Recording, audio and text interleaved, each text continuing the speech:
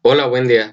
Soy Eduardo Hernández Magaña, estudiante del módulo de Medicina Interna, y en este video vamos a hablar sobre la tromboembolia pulmonar.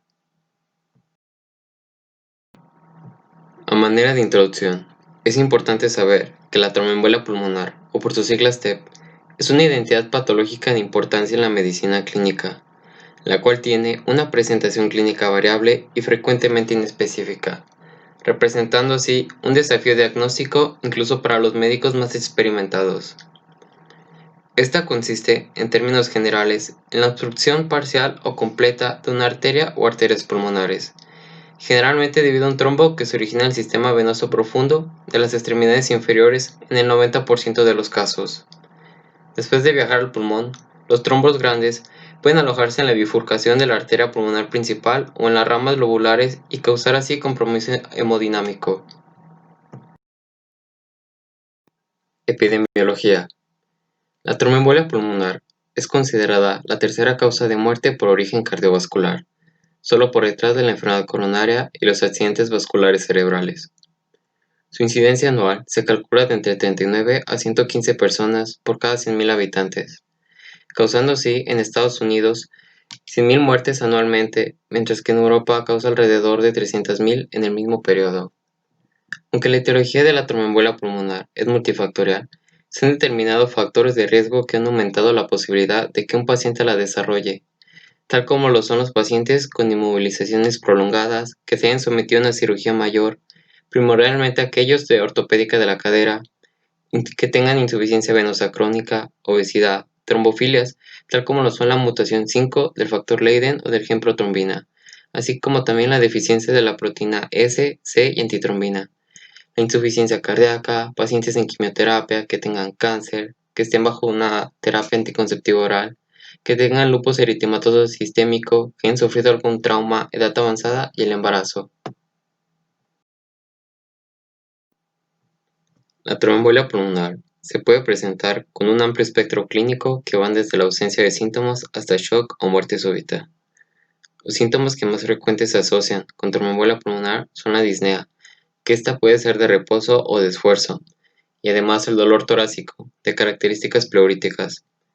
Otros síntomas menos frecuentes son la tos, que es generalmente irritativa, aunque se ha descrito casos con esputo mucoso y purulento, dolor o edema en extremidades inferiores, hemoptisis, dolor torácico anginoso, ortopnea y palpitaciones.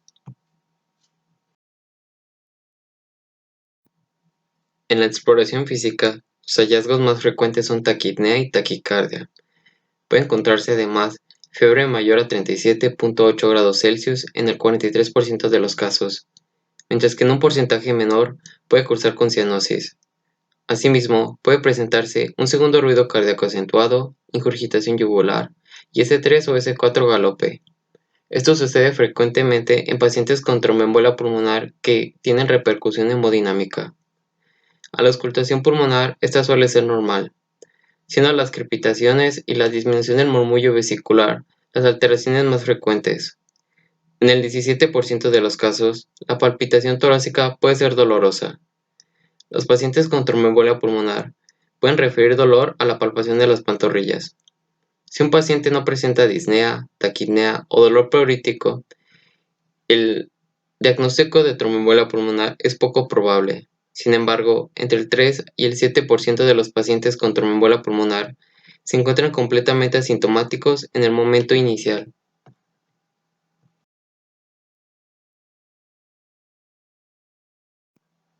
Diagnóstico.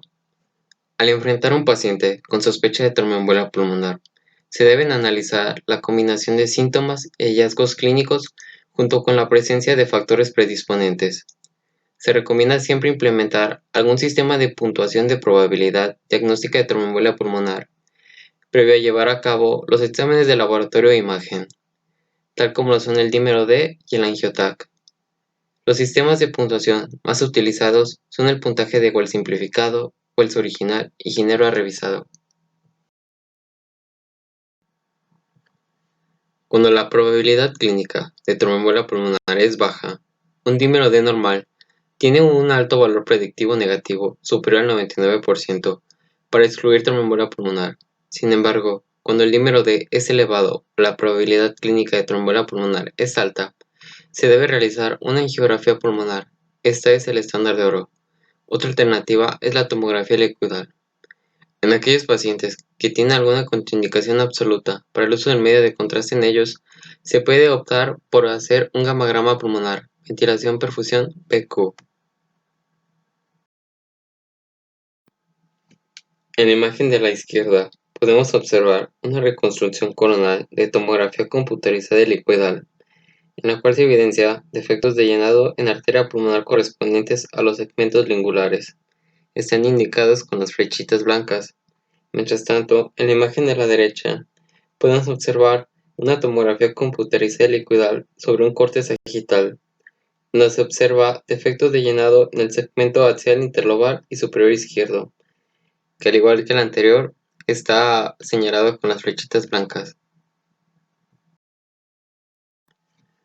Otras pruebas diagnósticas que pueden ser de utilidad para el diagnóstico de tromboembolia pulmonar u orientarnos a ello es el electrocardiograma, el cual suele ser anormal hasta en el 70% de los casos, siendo lo de mayor importancia la aparición de C1, Q3 y T3.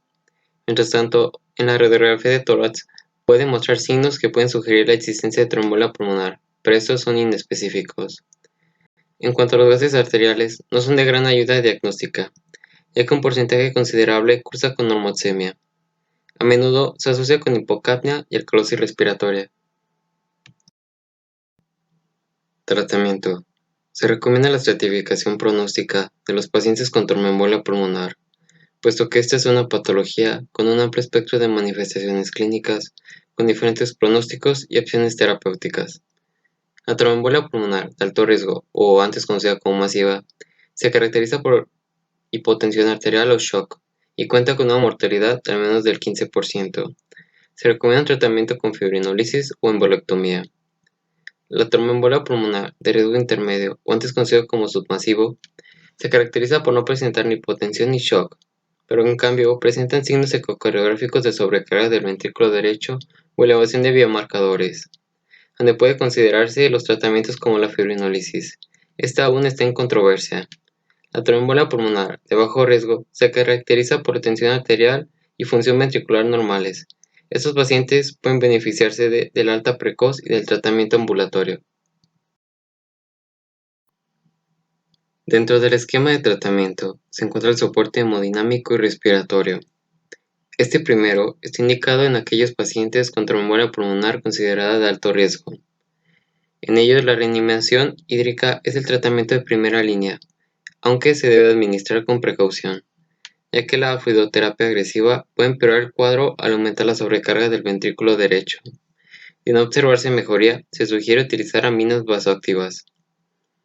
En cuanto a la aplicación de oxígeno suplementario, está indicada para mantener la saturación por encima del 92%. En caso de requerir ventilación mecánica invasiva, se debe vigilar los efectos hemodinámicos que ésta conlleva. El pilar de tratamiento de la tromboembolia pulmonar es la anticoagulación. Por ello, la anticoagulación parenteral debe iniciarse sin demora en todo aquel paciente que la tromboembolia pulmonar esté confirmada, e incluso en aquellos pacientes que tengan una sospecha clínica alta o moderada. Para ello puede utilizarse heparina de bajo peso molecular, heparina no fraccionada o fondaparinux. En cuanto a la heparina de bajo peso molecular, se ha demostrado que reduce las complicaciones y el tamaño del trombo, en comparación con su contraparte, la heparina no fraccionada. Para la terapia de mantenimiento, está demostrada la efectividad de los antagonistas de vitamina K. Otra opción terapéutica dentro del esquema de tratamiento de la tromboembolia pulmonar es la trombólisis. La única indicación aprobada para el uso de los fibrinolíticos es en aquellos pacientes que presentan tromboembolia pulmonar de alto riesgo. En el caso de aquellos pacientes con riesgo intermedio que conservan su presión sistólica, pero muestran disfunción moderada o grave del ventrículo derecho, subsiste la controversia en cuanto al uso de los fibrinolíticos. La streptokinasa, la urosinasa, la tenecteplasa y el activador de plasminógeno tisular son los más empleados. Embolectomía.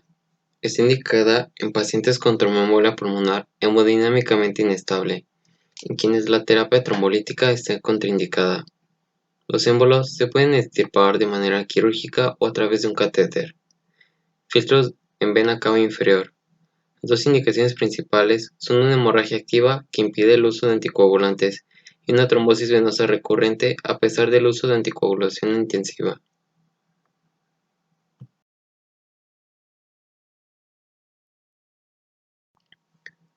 Con el objetivo de ayudar al entendimiento del tratamiento de la tromboembolia pulmonar, se presenta el siguiente algoritmo terapéutico, en el cual nos indica en primera instancia en identificar a aquellos pacientes que se encuentran estables hemodinámicamente y aquellos que no. En aquellos pacientes que están estables, si no está contraindicada la anticoagulación, se procede a hacerlo. En cambio, se puede pensar en un filtro de la vena cava inferior si está contraindicada la anticoagulación. En aquellos pacientes que están inestables hemodinámicamente, primero se tiene que pensar en hacer una fibrinólisis. En caso de que esté contraindicada o haya fracaso de la misma, se procederá a hacer una trombectomía o una fragmentación mecánica del trombo. A manera de resumen del tratamiento de la tromboembolia pulmonar, es importante saber primero si el paciente se encuentra estable hemodinámicamente y si no lo está. En caso de estarlo y no hay contraindicación para anticoagulación, se opta por hacerlo. En caso de haber alguna contraindicación, se opta por un filtro en la vena cava inferior.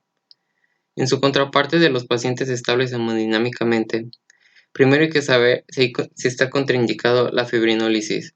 En caso de no estarlo, se opta por hacerlo. En caso de que haya una contraindicación o algún fracaso de la fibrinólisis, se puede optar por una trombectomía o fragmentación mecánica del trombo. Sin nada más que decir, un agradecimiento por ver el video.